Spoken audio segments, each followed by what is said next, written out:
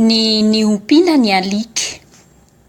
Ny aingana hono ity rangaha ka namboly voatavy tao amin'izany nosy kely voadidin-drano be mamba. Fa teo no tsy azon'ny olona nangalarina satria tsy nisy olona sahany nita teo. Nefa masom-panity rangaha ka izany no tsy mba atahorany hita.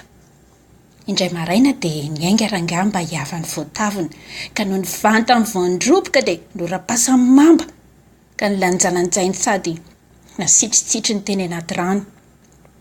Mamba nono io ka tsy mahamasy-panidy an-drangaha.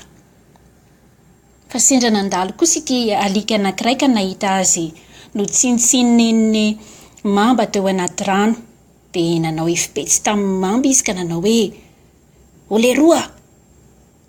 Aiza hoe ho raisiko hiarakomana fa mba efa nona loatra koa aho izany."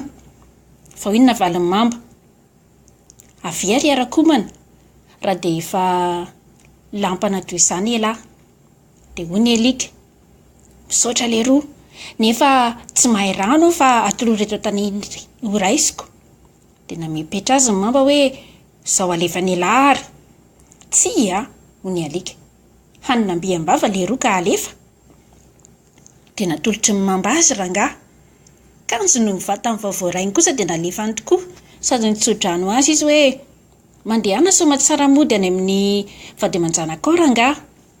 Gaina foana teo ny mamba sady lotika loatra ny atony noho ny fitaka nataon'ny alika ka dia niozona sy ny sahato ary mively rano izy raha tsy hinana ny alika na ny tenany na ny zanany na ny vara-mandimbony.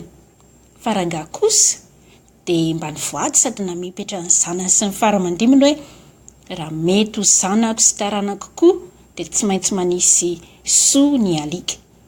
Izany hono no nifankahalan'ny mamba sy ny alika ary niandohan'ny ompian'ny olona ny alika.